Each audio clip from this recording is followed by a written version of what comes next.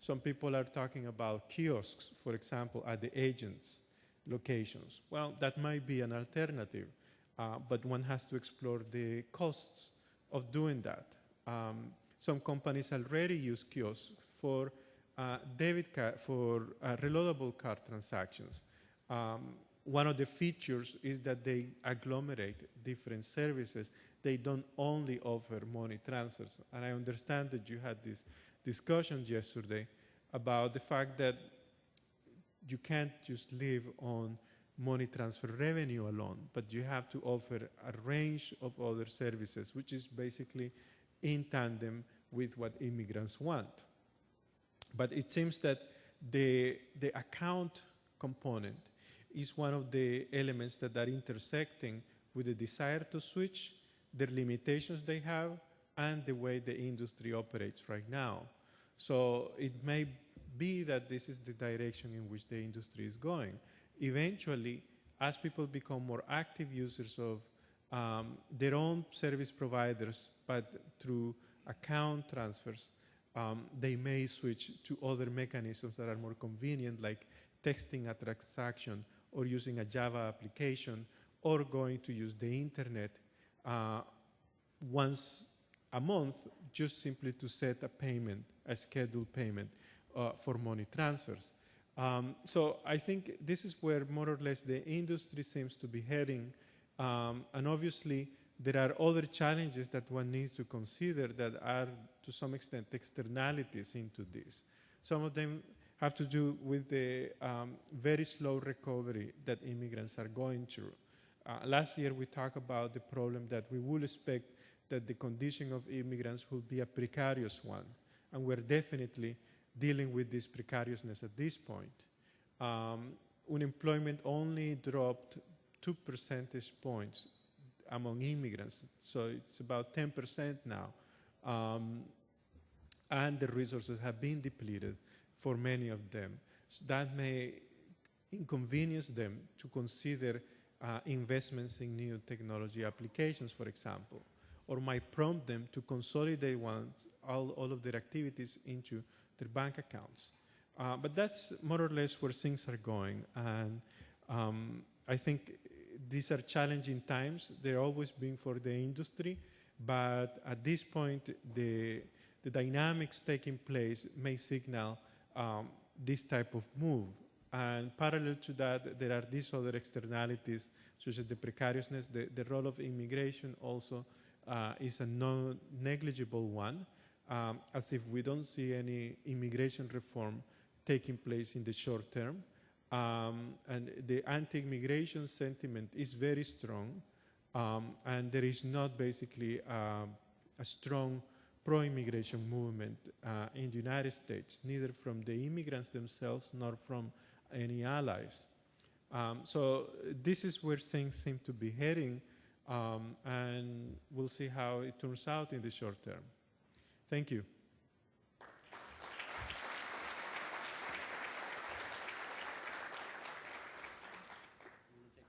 Sure.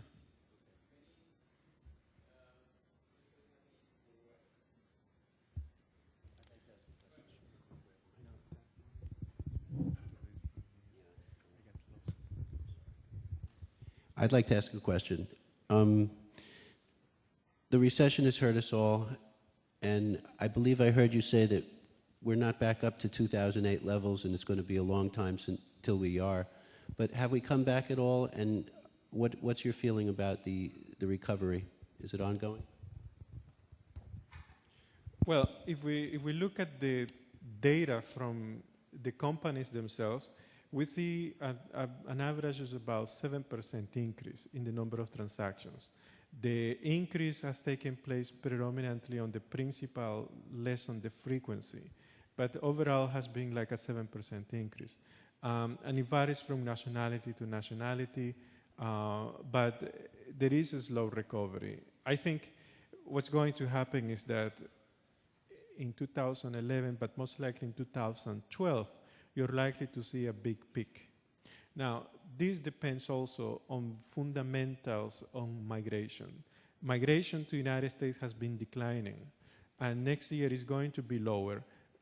combine that to deportation rates that will continue to increase at nearly 500,000 level this year, you're going to have less people sending money and less migrants coming into the United States. The growth of migration to the United States this year is less than 1%, it's 0.8%. It's been dropping in the last 10 years from 2% to 0.8%. So you have less people coming in. So that might have an implication, an effect in the number, in the volume of transfers going on.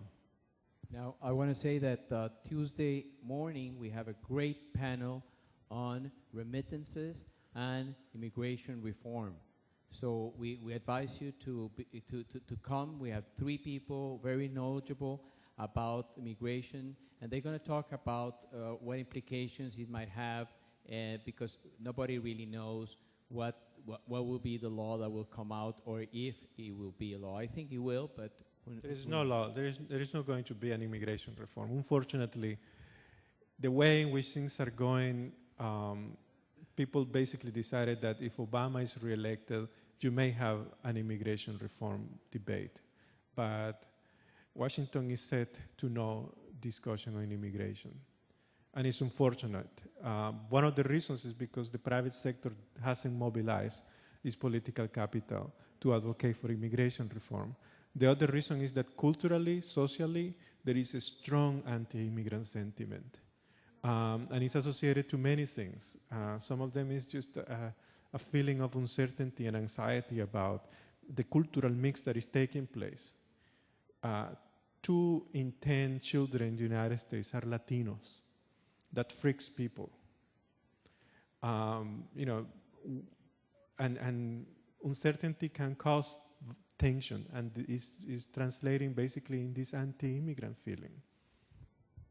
Any more questions? Angie. On technology. I'll try to connect it to technology. Thanks for your comments.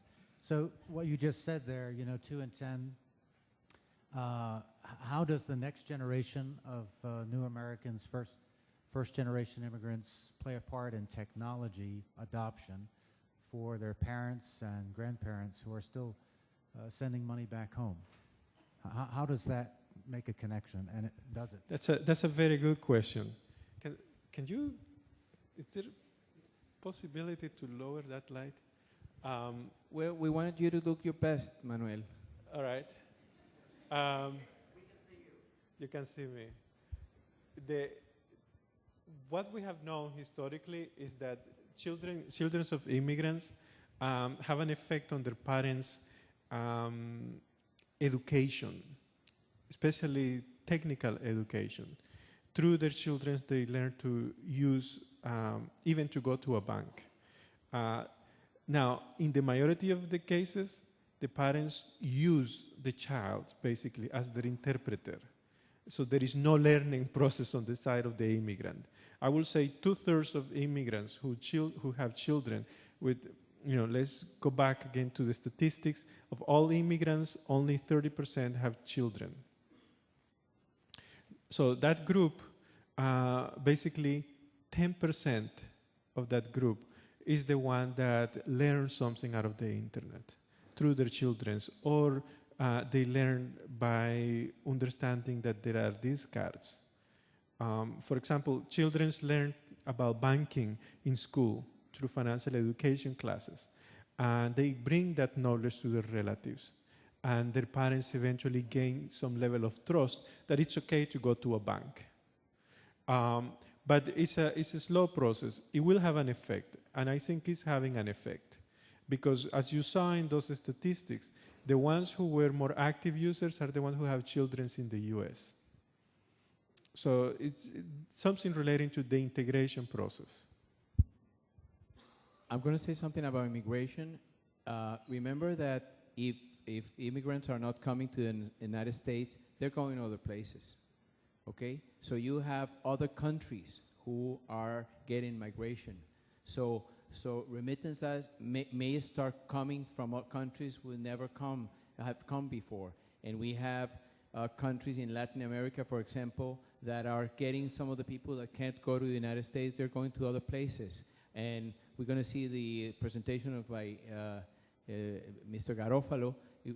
Brazil is getting a lot of migrants who are going there. So it's a shift in migration away from the United States maybe, but I think you've seen it too, Manuel. What do you think? I think you're right. People are going in other places. There is a diasporization of migration, a dispersion elsewhere in the world. But if we look at migration as a trend, it goes into cyclical patterns. And these cyclical patterns have long waves of immigration, and then you have declines. We are basically getting to the tail end of the migration wave that started in the mid-'80s. It's a migration wave that increased until basically 1999, and globally has been now slowing down. And it's going to slow down basically for the next 2 or 3 years. After that, you're likely to see an increase in migration again. And how will it happen is a question mark. To what extent will societies be more open to it? I think there will be a level of opening. We have 25 years without immigration reform. It's unsustainable and basically financially unviable. The cost of deportation is more expensive than the cost of legalizing an immigrant. You spend $2,000 per person that you are deporting. If you deported 500,000 people, do the math. And finally, even though we are in this slowing down, the growth that is taking place, that is going to take place, will coincide with demographic shifts. The whole world is getting older. The average age in Europe, for example, is 42 years. And in 20 years it's going to be 65. So the demand for foreign labor is definitely a very powerful one. But it's taking place along these different dynamics of pro and cons, reactions and counteractions. So last question we have? Hi. You were mentioning about the trends about the use of access of technologies from immigrants, and that is still relatively low. It is increasing. It's obvious to think that it's going to keep growing. But at which pace? Do you think it's going to be a fast growth, or it's going to be still at a low pace? Good question. What we have seen is that the growth of account ownership, for example, has been growing up by 10% every year. The growth of the use of the internet has grown to about 7.5% every year since 2005. So that means that there is some growth, even though it's slow, in relationship to the absolute number, but in relationship to the growth, a 10% growth is not negligible. And so from a business standpoint, if I'm in the money transfer business, I need to organize myself now to adapt to this increase in demand, because people will use the technologies. And, you know, the 10% is a realistic scenario. So that means this 15% that we identified now, this 16%, next year is going to be 18%, and in 2 years it's going to go to 20%. Now, that's a critical mass. And that means that in 5 years we're talking about 25% of people who will be using, of the 20 million Latino immigrants that send money, that are basically active users of technology applications. Muchas gracias, Manuel. Thank you very much.